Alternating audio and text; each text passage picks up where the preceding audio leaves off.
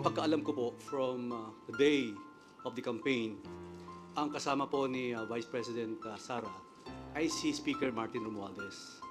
Alam niyo po, sa totoo lang, pag nag-uusap kami ni Speaker, kasi po may survey na lumabas na mababasa sa Pampanga during those times, ang pinakiusap ni Speaker Romualdez sa amin na kung pwede tulungan si Vice President Sara sa Pampanga. Kandidatong Kapampangan doon, si Kiko Pangilinan. At mataas si Kiko Pangilinan kasi Kapampangan. So, win-workout po namin yun. Ang kwento, lahat po, siya po ang nagmamalasakit kay Vice President Sara.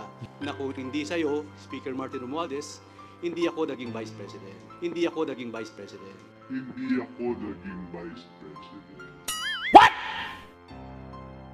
What the f***?